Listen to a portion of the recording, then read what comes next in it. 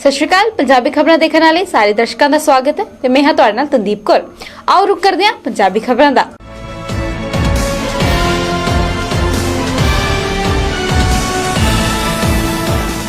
ਪ੍ਰਧਾਨ ਮੰਤਰੀ ਨਰਿੰਦਰ ਮੋਦੀ ਦੀ ਤਰਫ ਤੋਂ ਪਰਿਵਾਰ ਦੀ ਪਾਰਟੀਆਂ ਨੂੰ ਲੋਕਤੰਤਰ ਦੇ ਲਈ ਖਤਰਾ ਦੱਸਣ ਤੋਂ ਬਾਅਦ ਦੇਸ਼ ਦੇ ਨਾਲ-ਨਾਲ ਜੰਮੂ ਕਸ਼ਮੀਰ 'ਚ ਸਿਆਸੀ ਪਾਰਾ ਚੜ ਗਿਆ ਹੈ। ਪ੍ਰਧਾਨ ਮੰਤਰੀ ਦੇ ਇਸ ਬਿਆਨ ਦਾ ਜਿੱਥੇ ਪ੍ਰਦੇਸ਼ ਭਾਜਪਾ ਤੇ ਆਪਣੀ ਪਾਰਟੀ ਦੇ ਨੇਤਾ ਨੇ ਸਮਰਥਨ ਕੀਤਾ ਤੇ ਉੱਥੇ ਹੀ ਪ੍ਰਦੇਸ਼ ਕਾਂਗਰਸ ਤੇ ਨੈਸ਼ਨਲ ਕਾਨਫਰੰਸ ਦੇ ਨੇਤਾ ਨੇ ਵੀ ਇਸ ਬਿਆਨ ਤੇ ਕੜੇ ਸ਼ਬਦਾਂ ਵਿੱਚ ਆਲੋਚਨਾ ਕੀਤੀ ਹੈ। ਕੀ ਕਹਿਣਾ ਇਹਨਾਂ ਦਾ, ਆਓ ਦੇਖਦੇ ਹਾਂ। ऐसे बहुत से दसों दल हैं जो लगातार परिवारवाद की राजनीति खेलते हैं। कांग्रेस उसका सबसे बड़ा उदाहरण है। चापलूसी का एक दौर जो लगातार कांग्रेस में पिछले 70 सालों से चल रहा है।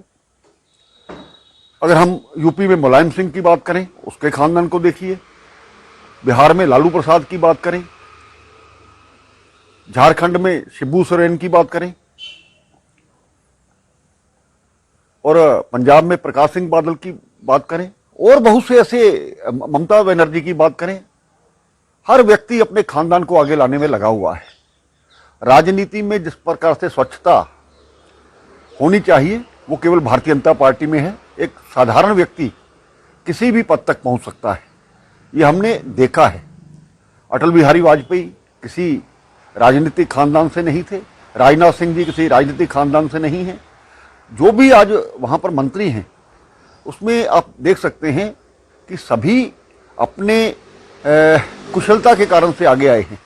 इस सभी संदर्भ में लोगों को भी इस प्रकार की राजनीति को नकारना चाहिए और वही लोग आगे आएं जो कि कुशल नेतृत्व दे सके और जनता का भला कर सके। नहीं, मैं समझता हूँ इसमें तो उन्होंने कोई गलत नहीं कहा। उन्होंने बिल्कुल ठीक कहा है कि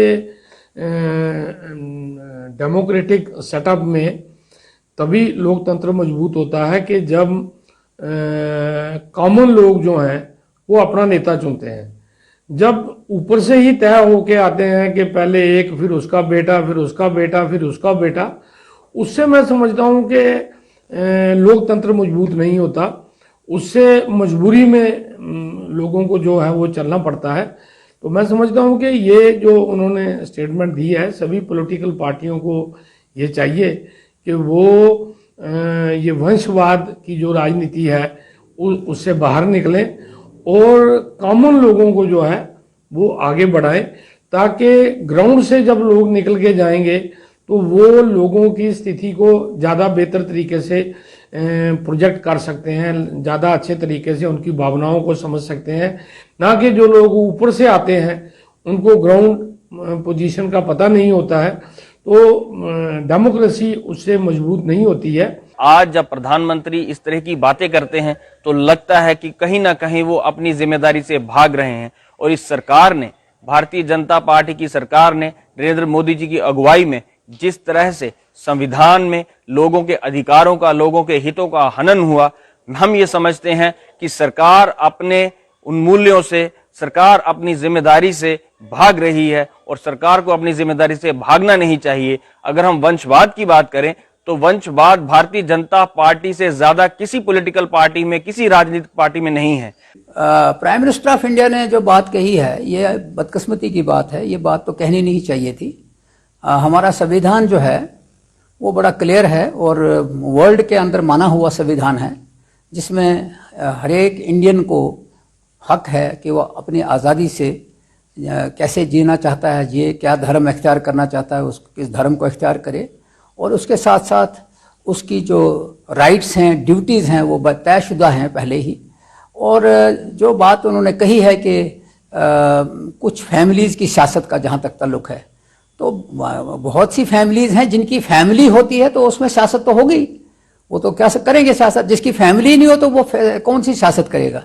अगर किसी की फैमिली नहीं है तो किसी का कसूर तो नहीं ना है। और अगर फैमिली है, मिसाल के तौर पे इशारा दिया गया है कि प्राइम मिनिस्टर ऑफ इंडिया जो पहले थे पंडित जवाहरलाल नेहरू, उनकी फैमिली आगे सियासत कर रही है तो वो करेंगे ना, क्योंकि आगे चल रहा है वो सिलसिला। तो जब अनएंडिंग होगा तो नहीं चलेगा, लेकिन सवाल है कि जिसकी फैमिली नहीं है तो वो कौन सी सियासत करेगी। ਭਾਰਤ ਤੋਂ ਸਿੱਧੇ ਯੁੱਧ 'ਚ ਕਈ ਵਾਰ ਮਾਰ ਖਾਣ ਤੋਂ ਬਾਅਦ ਪਾਕਿਸਤਾਨ ਨੇ 31 ਸਾਲ ਪਹਿਲਾਂ ਪ੍ਰੌਕਸੀ ਵਾਰ ਸ਼ੁਰੂ ਕੀਤੀ ਸੀ ਤਾਂ ਕਿ ਭਾਰਤ ਨੂੰ ਕਮਜ਼ੋਰ ਕਰਕੇ ਉਹ ਆਪਣੇ ਨਾਪਾਕ ਮਨਸੂਬਿਆਂ ਨੂੰ ਅੰਜਾਮ ਦੇ ਸਕੇ। ਸਾਇੰਟਿਸਟ ਦੇ ਮੁਤਾਬਿਕ ਇਸ ਪ੍ਰੌਕਸੀ ਵਾਰ 'ਚ ਪਾਕਿਸਤਾਨ ਨੇ ਟੈਰਰਿਜ਼ਮ ਦੇ ਜ਼ਰੀਏ ਭਾਰਤ ਨੂੰ ਕਮਜ਼ੋਰ ਕਰਨ ਦੀ ਕੋਸ਼ਿਸ਼ ਕੀਤੀ ਹੈ, ਲੇਕਿਨ ਜਦ ਵੀ ਇਸ ਵਿੱਚ ਪਾਕਿਸਤਾਨ ਨੂੰ ਸਫਲਤਾ ਹਾਸਿਲ ਨਹੀਂ ਹੋਈ ਤੇ ਹੁਣ ਟੈਰਰਿਜ਼ਮ ਦੇ ਨਾਲ-ਨਾਲ ਉਹ ਨਾਰਕੋ ਟੈਰਰਿਜ਼ਮ ਦਾ ਸਹਾਰਾ ਭਰ ਲੈ ਰਿਹਾ ਤਾਂ ਕਿ ਭਾਰਤ ਨੂੰ ਕਮਜ਼ੋਰ ਕੀਤਾ ਜਾ ਸਕੇ। ਉੱਥੇ ਹੀ ਕੀ ਕਹਿਣਾ ਇਨ ਸਾਇੰਟਿਸਟਾਂ ਦਾ, ਆਓ ਵੇਖਦੇ ਹਾਂ। पाकिस्तान ने जो अपना प्रॉक्सी वार शुरू किया था तकरीबन 31 साल पहले, उसके अंदर वो निरंतर आगे बढ़ता जा रहा है और उसका जो एम था कि भारत को 1000 कट्स में ब्लीड कराना है, उसमें काफी हद तक वो सफल भी हो रहा है।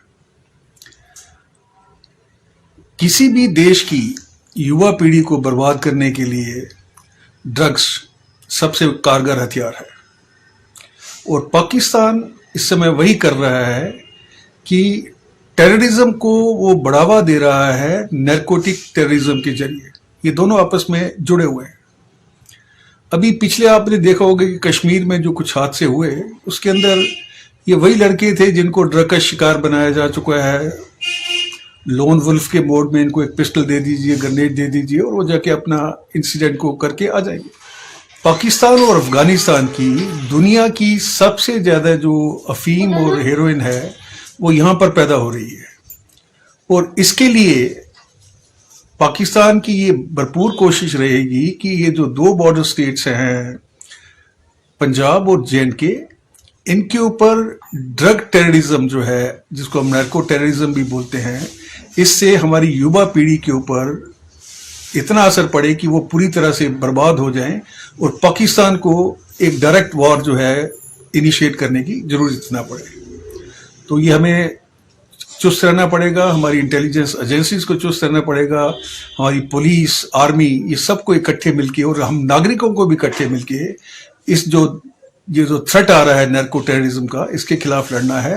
और अगर हम नार्को टेररिज्म पे विजय पा लेते हैं तो टेररिज्म को मिटाने में ज्यादा टाइम नहीं लगेगा। क्योंकि नार्को टेररिज्म जो है वो जरा तेजी पकड़ता जा रहा है, पर इसमें मैं मुबारक देना चाहूंगा अपने नार्को के जो एसएसपी विनेश जी हैं, जो कि काफी अच्छा काम कर रहे हैं और काफी इसके ऊपर संतर्क हैं। और ये प्रोमिनेंट हो रहा है कि पिछले कुछ दिनों से जो अफीम, गांजा, कोकीन जो ये तमाम चीजें काफी मिकदार में पकड़ी जा रही हैं।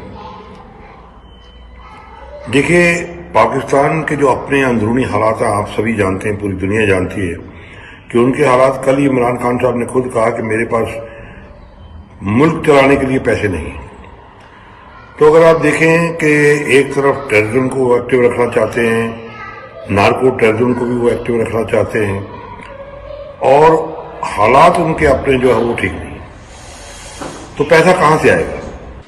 ये हर तरफ से हमें घेरने की कोशिश कर रहे हैं और जब जब ऐसा होता है तब तब पूरी देश की जनता को जागरूक होना पड़ता है। हमें अपने बच्चों को बचाना है जिनकी ज़िंदगी पाकिस्तान तबाह करने की कोशिश कर रहा है। तो ये जो ड्रग माफिया है, ये कुछ इधर के होंगे और पाकिस्तान से जो ड्रग्स आते हैं उनको रिसीव करते हैं और आगे उनका डिस्ट्रीब्यूशन करते हैं। इन पर भी पैनी नज़र रखने की ज़रूरत है और पाकिस्तान को, जैसा मैंने कहा, एक सख्त सबक दिखाने का एक समय आ गया है ताकि ये लगातार हर तरह की जो उसका narco terrorism, arm supply, infiltration सब तरफ से शुरू है, इसको रोका जा सके और अमन चैन से हमारे देशवासी जी सकें। ਤੋਂ ਜਾਰੀ ਕੀਤੀ ਗਈ ਰਿਪੋਰਟ ਵਿੱਚ ਦੱਸਿਆ ਗਿਆ ਹੈ ਕਿ ਕੇਂਦਰ ਸ਼ਾਸਿਤ ਪ੍ਰਦੇਸ਼ ਜੰਮੂ ਕਸ਼ਮੀਰ ਵਿੱਚ ਹਜੇ ਤੱਕ 12.58% ਜਿਹੜੀ ਜਨਸੰਖਿਆ ਹੈ ਉਹ ਗਰੀਬੀ ਦੀ ਰੇਖਾ ਤੋਂ ਥੱਲੇ ਆਪਣਾ ਜੀਵਨ ਗੁਜ਼ਾਰਦੀ ਪਈ ਹੈ। ਇਸ ਰਿਪੋਰਟ ਦੇ ਸਾਹਮਣੇ ਆਉਣ ਤੋਂ ਬਾਅਦ ਜੰਮੂ ਕਸ਼ਮੀਰ 'ਚ ਸਿਆਸੀ ਹਲਕਿਆਂ ਨੇ ਸਾਥ ਦੇ ਨਾਲ ਆਮ ਲੋਕਾਂ 'ਚ ਵੀ ਕਈ ਬਹਿਸ ਜਿਹੜੀ ਹੈ ਉਹ ਸ਼ੁਰੂ ਹੋ ਗਈ ਨੇ। ਆਮ ਲੋਕਾਂ ਨੇ ਆਰੋਪ ਲਗਾਇਆ ਕਿ ਪਿਛਲੇ 70 ਸਾਲ ਦੀ ਸੱਤਾ ਤੋਂ ਰਹੀ ਸਰਕਾਰ ਨੇ ਗਰੀਬ ਦੀ उत्थान दे लिए कुछ भी नहीं किता। ਇਹੀ ਵਜ੍ਹਾ ਹੈ ਕਿ ਹਜੇ ਤੱਕ ਜੰਮੂ ਕਸ਼ਮੀਰ 'ਚ 12.58% ਜਨਸੰਖਿਆ ਜਿਹੜੀ ਹੈ ਉਹ ਗਰੀਬੀ ਦੀ ਰੇਖਾ 'ਚ ਜੂਝ ਰਹੀ ਹੈ। ਉੱਥੇ ਹੀ ਭਾਜਪਾ ਨੇਤਾ ਤੇ ਸਾਬਕਾ ਉਪ ਮੁੱਖ ਮੰਤਰੀ ਕਵਿੰਦਰ ਗੁਪਤਾ ਨੇ ਕਿਹਾ ਹੈ ਕਿ ਬਾਕੀ ਰਾਜਾਂ ਦੀ ਤੁਲਨਾ ਵਿੱਚ ਜੰਮੂ ਕਸ਼ਮੀਰ ਦੀ ਸਥਿਤੀ ਜਿਹੜੀ ਹੈ ਉਹ ਬਿਹਤਰ ਹੈ।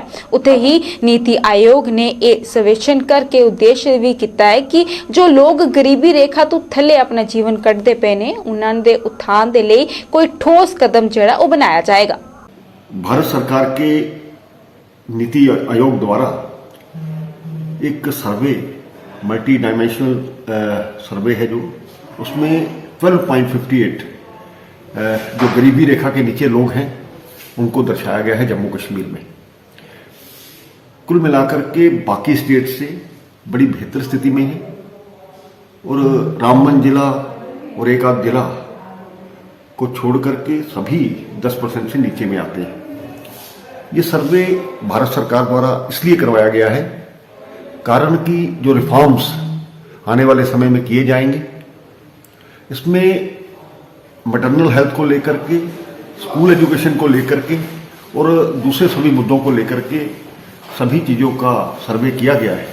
मुझे लगता है कि निश्चय ही नीति आयोग द्वारा ये जो एक कोशिश की गई है आने वाले समय में गरीबी रेखा से नीचे जो लोग हैं उनको ऊपर लाने का जो प्रयास है तो भारत सरकार द्वारा किया जा रहा है। सरकारें रही हैं ना जम्मू कश्मीर के अंदर, उन्होंने भी गरीबों के ऊपर काम नहीं किया है। गरीबों को वहीं जहाँ थे वहीं थे, उनके ऊपर कोई काम नहीं हुआ है। गरीबी रेखा के नीचे जो लोग थे, मैं अभी भी देखता हूँ कि अभी पिछले दिनों EWS जो बने थे वो भी अभी इन्होंने कंप्लीट नहीं कर सके हैं कि अगर किसी का बच्चा पढ़ के तो आगे जाके नौकरी का हकदार बन सके और उसको इम्पोर्टेंस दी जाए, लेकिन वो भी काम नहीं हो रहे। क्यों कि सरकार को चाहिए इनके ऊपर थोड़ी ज़्यादा से ज़्यादा तैयारी की जाए कि गरीबों को कैसे बाहर लाना है। पिछले जो 70 सालों की जो सरकारें रही हैं उन्होंने आम गरीब लोगों के लिए कुछ भी नहीं किया, लेकिन ये पहली बार ऐसा हो रहा है कि मोदी सरकार जो है वो दिन रात काम कर रही है।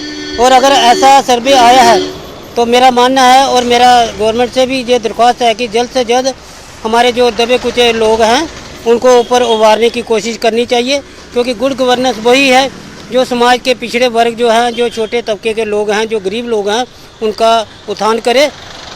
और मैं आशा करता हूँ कि जल्द ही हम इस महामारी से भी उभरेंगे और जो गरीबी रेखा से नीचे जो लोग रह रहे हैं उनका भी उत्थान होगा। जब तक ग्राउंड रियलिटी पे काम नहीं होगा, तब तक ग्राउंड पे काम नहीं होगा, तब तक ये जो है ये हमारा जो गरीबी का पैमाना बढ़ता ही जाएगा, कम नहीं होगा। और रही बात इसी की, JNK में आज़ादी के बाद पिछले 70 साल से ग्राउंड के ऊपर बहुत कम काम हुआ, वो तो सबको पता है। ये मैं फिर से थोड़ा सा दोहराना चाहता हूँ कि ये 3-4 परिवारों के पास ही पैसा गया JNK का। सेंटर से बहुत सी स्कीमें आई, लेकिन आज भी जो है बहुत से लोगों को, जहाँ ज़्यादातर लोगों को ये चीज़ का पता ही नहीं है कि सेंटर की स्कीम क्या है। उसके लिए एडवर्टाइज होनी चाहिए। जो गरीबी रेखा से जो गवर्नमेंट का पैमाना है, जिससे वो सर्वे में ये पता करते हैं कि कौन से लोग गरीब हैं, उनके डोर टू डोर पहुंचना चाहिए, उनको अपनी नीतियों के बारे में बताना चाहिए। क्योंकि ऐसा नहीं है कि सेंटर की जहां गवर्नमेंट की स्कीमें बहुत सी हैं लेकिन इंप्लीमेंट नहीं होती। जम्मू के JMC अस्पताल विच पिछले 24 घंटे के दौरान कोरोना संक्रमण का एक मरीज जड़ा भर्ती होया। इसकी जानकारी डॉक्टर कैलाश ठाकुर ने दी है। उन्होंने कहा है कि इस मरीज के भर्ती होने तो बाद हुण कोरोना संक्रमण की संख्या जड़ी है 9 पहुंच गई है और ये सारे मरीज जम्मू के JMC अस्पताल विच भर्ती हो रहे हैं।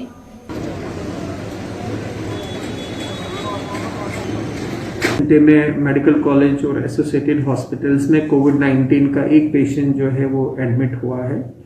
हमारे पास कुल मिला के जो अभी पेशेंट्स एडमिटेड हैं वो 9 पेशेंट्स हैं। वो सारे के सारे patients government medical college Bakshi Nagar वाले हॉस्पिटल में एडमिटेड हैं। कोई भी पेशेंट डिस्चार्ज नहीं हुआ है और सभी पेशेंट्स जो एडमिटेड हैं वो ट्रीटमेंट को अच्छी तरह से रिस्पॉन्ड कर रहे हैं और आने वाले दिनों में हमें पूरी उम्मीद है कि वो स्वस्थ होकर अपने घरों को जो है डिस्चार्ज होने के बाद चले जाएंगे। और इंटरनेशनल फ्लाइट्स भी कई कंट्रीज ने जो है बंद कर दी हुई हैं। तो इस सिनेरियो को देखते हुए हमें अपना जो प्रिकॉशंस हैं, जो गाइडलाइंस हैं, उनको जो है हमें ज़रूर फॉलो करना चाहिए। हमें लैक्सिटी या रिलैक्सेशन जो है बिल्कुल उस मूड में नहीं जाना है। कोविड एप्रोप्रिएट बिहेवियर को फॉलो करना है। ਪਾਕ ਅਧਿਕ੍ਰਿਤ ਕਸ਼ਮੀਰ ਤੋਂ 5 ਨਵੰਬਰ ਨੂੰ ਭਾਰਤੀ ਸੀਮਾ ਵਿੱਚ ਪ੍ਰਵੇਸ਼ ਕਰਨ ਵਾਲੇ 14 ਸਾਲ ਉਸਮਾਨ ਨੂੰ ਅੱਜ ਸੈਨਾ ਨੇ ਪੁੱਛਤਾਛ ਤੋਂ ਬਾਅਦ ਸਥਾਨੀ ਪੁਲਿਸ ਦੇ ਹਵਾਲੇ ਕਰ ਦਿੱਤਾ। ਪੁਲਿਸ ਦੇ ਹਵਾਲੇ ਕਰਨ ਤੋਂ ਪਹਿਲਾਂ ਉਸਮਾਨ ਦੀ ਸਿਹਤ ਤੇ ਜਾਂਚ ਲਈ ਰਾਜਾ ਸੁਖਦੇਵ ਸਿੰਘ ਅਸਮਤਿਆਲ ਲਿਆਇਆ ਗਿਆ, ਜਿੱਥੇ ਡਾਕਟਰਾਂ ਨੇ ਉਹਦੇ ਸਿਹਤ ਦੀ ਜਾਂਚ ਕਰਕੇ ਉਸ ਤੋਂ ਬਾਅਦ ਉਸਮਾਨ ਨੂੰ ਸਥਾਨੀ ਪੁਲਿਸ ਦੇ ਹਵਾਲੇ ਕਰ ਦਿੱਤਾ। ਜਾਂਚ ਕਰਦੇ ਡਾਕਟਰ ਇਰਫਾਨ ਦੇ ਮੁਤਾबिक ਉਸਮਾਨ ਬਿਲਕੁਲ ਠੀਕ ਠਾਕ ਹੈ ਤੇ ਉਸ ਦੇ ਸਰੀਰ ਤੇ ਕਿਸੇ ਤਰ੍ਹਾਂ ਦਾ ਕੋਈ ਵੀ ਜ਼ਖਮ ਨਹੀਂ ਹੈ।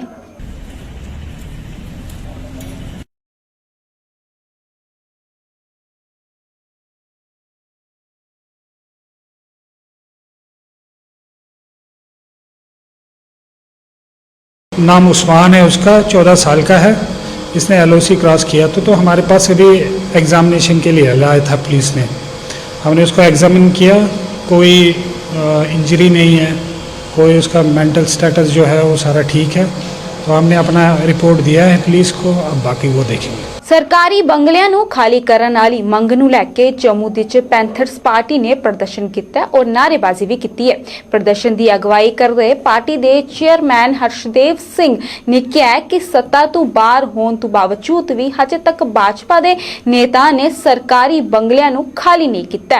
ਇੰਨਾ ਹੀ ਨਹੀਂ, ਉਹਨਾਂ ਨੇ ਕਿਹਾ ਕਿ ਇਨ ਬੰਗਲਿਆਂ 'ਚ ਰਹਿ ਕੇ ਭਾਜਪਾ ਦੇ ਨੇਤਾ ਮੁਫਤ ਬਿਜਲੀ ਦਾ ਪ੍ਰਯੋਗ ਕਰਦੇ ਨੇ, ਸਰਕਾਰੀ ਖਜ਼ਾਨੇ ਨੂੰ ਚੂਨਾ ਲਗਾ ਰਹੇ ਨੇ। ਉਹਨਾਂ ਨੇ ਕੇਂਦਰ ਸ਼ਾਸਿਤ प्रदेश सरकार तो जल्द इन बंगलियां नु खाली करवाने की मंग की है।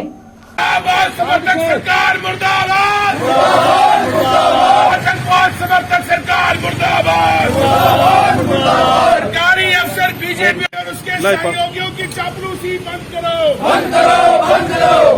मैं सरकारी बंगलों को भारतीय जनता पार्टी के भ्रष्ट नेताओं ने और यहाँ के भ्रष्ट अधिकारियों ने अपने बाप की जागीर समझ के रखा हुआ है। जो सरकारी बंगले टैक्स पेयर मनी से बने हैं, लोग पैसा देते हैं जिससे वो बंगले बने हुए हैं, ये लोगों की प्रॉपर्टी है। लेकिन भारतीय जनता पार्टी के वो लोग जो आज की तारीख में पंच भी नहीं है, उनको उन बंगलों में रखा हुआ है। कोई किराया उनसे नहीं लिया जाता, बिजली का किराया उनसे नहीं लिया जाता, आम रेंट उनसे नहीं लिया जाता है, और इस सरकार ने उनको अपना दामाद बनाकर रखा हुआ है। इन भ्रष्ट लोगों को जो पैंथर्स पार्टी कबूल करने के लिए तैयार नहीं है, क्योंकि सरकारी खजानों को चूना लगाने वालों के खिलाफ पैंथर्स पार्टी अपनी लड़ाई को पाई तकमील तक ले जाएगी। National old pension restoration united front ਦੀ ਤਰਫ ਤੋਂ ਰਾਮਬਨ ਵਿੱਚ ਇੱਕ ਕਾਰਜਕ੍ਰਮ ਦਾ ਆਯੋਜਨ ਕੀਤਾ ਗਿਆ, ਜਿਸ ਵਿੱਚ ਪੁਰਾਣੀ ਪੈਨਸ਼ਨ ਦੀ ਮੰਗ ਨੂੰ ਲੈ ਕੇ ਚਰਚਾ ਕੀਤੀ ਗਈ। ਇਸ ਅਵਸਰ ਤੇ national old pension restoration united front ਦੀ UT ਪ੍ਰਧਾਨ ਗੁਲਜ਼ਾਬੀਰ ਡੇਂਗ ਨੇ ਦੱਸਿਆ ਕਿ ਆਪਣੀ ਇਸ ਮੰਗ ਨੂੰ ਲੈ ਕੇ ਉਹ 6 ਦਸੰਬਰ ਨੂੰ ਜੰਮੂ ਦੇ ਸਰਕਾਰ ਦਾ ਘਿਰਾਵ ਕਰ ਰਹੇ ਜਾ ਰਹੇ ਨੇ।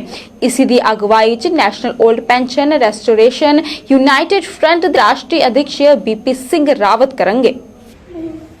की सुरजीत सिंह कटोच साहब जानते हैं कि भारत सरकार ने 2004 में पेंशन को रोका था और यहाँ जम्मू कश्मीर की सरकार ने 2010 में पेंशन को रोका है, पुरानी पेंशन स्कीम को। इसलिए आज हमारी ये यहाँ तमाम एम्प्लॉयज से गुजारिश की थी कि 6 दिसंबर को हमारे national president BP Singh Rawat Jammu में आ रहे हैं। सब NPS एम्प्लॉयज से रिक्वेस्ट की जाती है कि वो 6 तारीख को जम्मू में आए, ताकि हमारे महबूब रहनुमा जो वहां से आ रहे हैं उसके ख्यालात सुने, ताकि जो पुरानी पेंशन की जो स्कीम है इसकी मूवमेंट को जम्मू कश्मीर में बढ़ाया जाए, इसका दायरा वसीयत किया जाए। और आप जानते हैं कि हमारे जो ऑनरेबल प्रधानमंत्री हैं उन्होंने बहुत सारे मसलों को हल किया। हमें पूरी उम्मीद है कि उनके कार्यकाल में जो यहाँ पे पुरानी पेंशन की जो मुहिम जो दिन ब दिन जोर पकड़ दी जा रही है, हम उनसे डिमांड करना चाहते हैं कि पुरानी पेंशन को बहाल करें।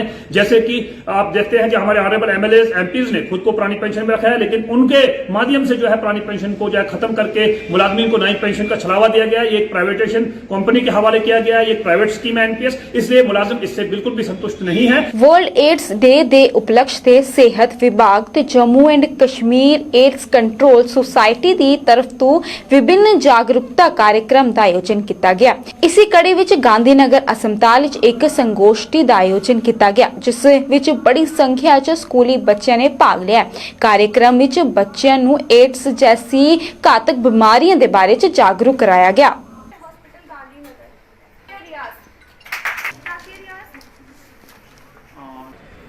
वायरस मार करिए फायदा होगा, मैं लिपस्टिक खराब हो गई।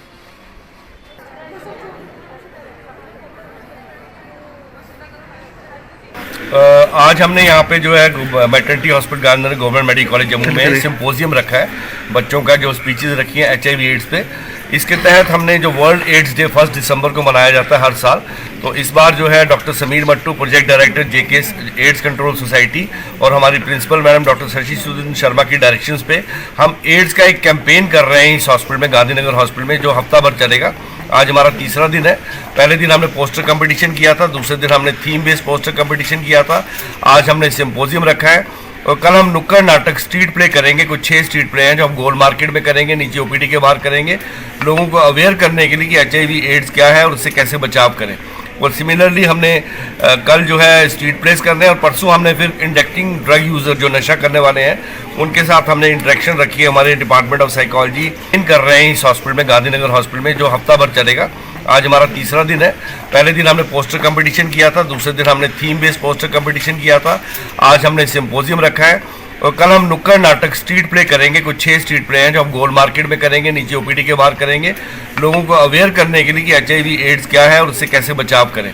और सिमिलरली हमने कल जो है स्ट्रीट प्लेस करने हैं, और परसों हमने फिर इंडक्टिंग ड्रग यूज़र जो नशा करने वाले हैं उनके साथ हमने इंटरेक्शन रखी है। हमारे department of psychology Pradesh Bhajpa ਮਹਿਲਾ ਮੋਰਚਾ ਦੀ ਤਰਫ ਤੋਂ ਜੋੜੀਆਂ ਵਿੱਚ ਬੈਠਕ ਦਾ ਆਯੋਜਨ ਕੀਤਾ ਗਿਆ, ਜਿਸ ਵਿੱਚ ਭਾਜਪਾ ਮਹਿਲਾ ਮੋਰਚਾ ਦੀ ਪ੍ਰਦੇਸ਼ ਅਧਿਕਸ਼ ਸੰਜੀਤਾ ਡੋਗਰਾ ਵੀ ਮੁੱਖ ਰੂਪ ਵਿੱਚ ਮੌਜੂਦ ਸਨ।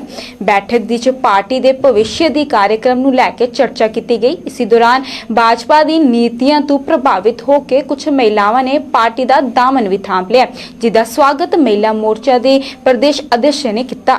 को जोड़ना है ताकि आने वाले दिनों में जब भी इलेक्शन होंगी हमें मेहनत कर रही है, और हमें पूर्ण विश्वास है हर जगह जहां पर भी जिस भी मंडल में हमारा प्रवास हो रहा है वहां पर नए चेहरे जो हैं, बहुत सी बहनें जो हैं उस प्रोग्राम में जो है ज्वाइनिंग कर रही हैं। तो इससे एक अच्छा मैसेज जा रहा है कि भारतीय जनता पार्टी महिला मोर्चा के साथ इस वक्त हज़ारों बहनें जुड़ रही हैं। तो आने वाले दिनों में जब भी इलेक्शन होगी ये सारी तैयारी उसी की है, और हमें पूर्ण विश्वास है हमारी अपनी ही यहाँ पर जम्मू कश्मीर में सरकार होगी। तो मेरे साथ यहाँ पर इस जिला के अध्यक्ष रीटा जी और इस जिला के प्रभारी नीरू जी और इस कॉन्स्टिट्यूंसी की इंचार्ज दोनों बहनें अनिता गनोत्रा जी और नीता शर्मा जी, ये हमारी एक टीम वर्क होता है। जो जहाँ पर अपेक्षित हो उसी को वहाँ पर जाना होता है, और ज़्यादा से ज़्यादा मेरा यही प्रयास रहेगा कि ज़्यादा से ज़्यादा बहनों को हम जोड़ें। ਬਲਾਕ ਸਤਵਾਰੀ ਦੇ ਪਿੰਡ ਭੋਰ ਕੈਂਪ ਵਿੱਚ ਲੋਕ ਨੇ JK ਚੈਨਲ ਦਾ ਆਭਾਰ ਜਤਾਇਆ। ਇਨ ਲੋਕਾਂ ਦੇ ਮੁਤਾਬਿਕ ਪਿਛਲੇ ਕਈ ਮਹੀਨਿਆਂ ਤੋਂ ਇੱਥੇ ਪੁਲ ਦੀ ਬੁਰੀ ਹਾਲਤ ਹੋਣ ਦੇ ਕਾਰਨ ਲੋਕਾਂ ਨੂੰ ਪਰੇਸ਼ਾਨੀਆਂ ਦਾ ਸਾਹਮਣਾ ਕਰਨਾ ਪੈ ਰਿਹਾ ਸੀ। ਇਸ ਵਾਰ ਗੁਹਾਰ ਲਗਾਉਣ ਤੋਂ ਬਾਅਦ ਸੰਬੰਧਿਤ ਵਿਭਾਗ ਨੇ ਪੁਲ ਦੀ ਮੁਰੰਮਤ ਨੂੰ ਲੈ ਕੇ ਕੋਈ ਕਦਮ ਨਹੀਂ ਚੁੱਕਿਆ ਸੀ, ਲੇਕਿਨ JK ਚੈਨਲ ਦੀ ਮਦਦ ਦੇ ਨਾਲ ਇਸ ਖਬਰ ਨੂੰ ਸਾਹਮਣੇ ਲਿਆਉਣ ਤੋਂ ਬਾਅਦ ਸੰਬੰਧਿਤ ਵਿਭਾਗ ਦੇ ਅਧਿਕਾਰੀ ਹੁਣ ਹਰਕਤ ਵਿੱਚ ਆ ਗਏ ਨੇ ਤੇ ਪੁਲ ਦੀ ਮੁਰੰਮਤ ਦਾ ਕੰਮ ਵੀ ਸ਼ੁਰੂ ਹੋ ਗਿਆ।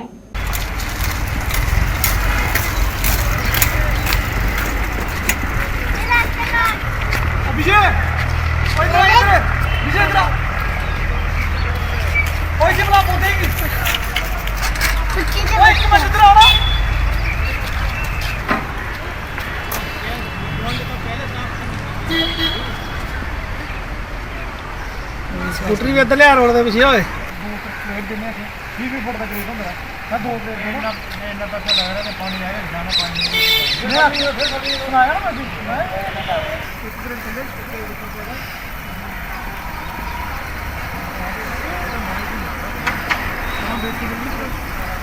ਸਰ ਸਾਨੂੰ ਜਿਹੜਾ ਪਿਛਲੇ 1.5-2 ਮਹੀਨੇ ਪਹਿਲੇ ਜਿਹੜਾ ਇਹ ਫਲੱਡ ਜਿਹਾ ਆਇਆ ਹਾ ਤੇ ਇਹ ਸਾਰੀ ਰੋਡ ਜਿਹੜੀ ਫਲੱਡ 'ਚ ਜਿਹੜੀ ਬਹਿ ਗਈ ਤੇ ਉਹਦੀ ਵਜ੍ਹਾ ਕਨੇ ਕੀ ਹੋਇਆ ਸਰ ਕਿ ਜਿਹੜੀ ਸਾਡੀ ਚੱਠੇ ਮਿਲ ਗਈ ਇਹ ਇੱਕੋ ਕਨੈਕਟੀਵਿਟੀ ਸੀ ਇਸ ਪੁਲ ਦੀ। ਇਹ ਪੁਲ ਦੀ रुड़ने के कारण ਜਿਹੜਾ ਇਹ ਸਾਡੇ ਲੋਕਾਂ की बड़ी सारी परेशानियां आ रही हैं, क्योंकि ਚੱਠੇ मिल तो लोग इधर नहीं आई सकते तो भोर कैंप तो उधर नहीं जा सकते।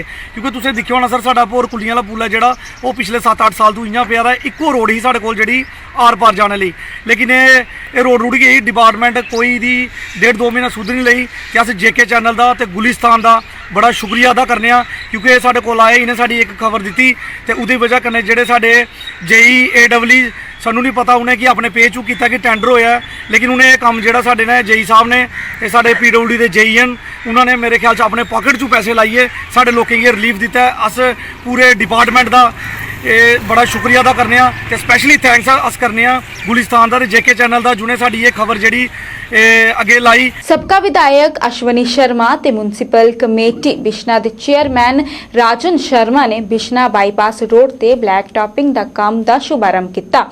इस काम नू ते 26 लाख रुपए की लागत लगाई गई है। इस अवसर ते सबका विधायक ने कहा कि इस सड़क की हालत बेहद खस्ता सी और लोग पिछले कई समय तो इस सड़क की मरम्मत की मंग कर रहे सन, जिस तो बाद म्युनिसिपल कमेटी ने आज पूरा कर दिता गया।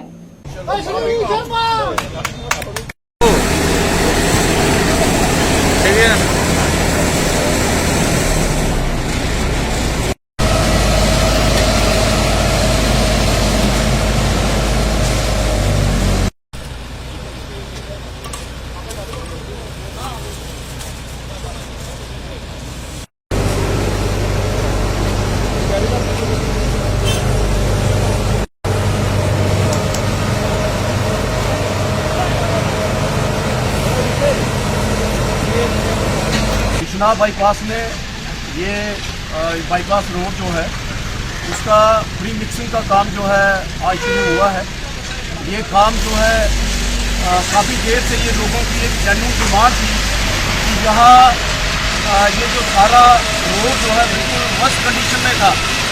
आज इस पर प्री मिक्सिंग का काम शुरू हुआ है और इससे जितना भी ये रोड खराब हुआ था उसको ठीक किया जा रहा है।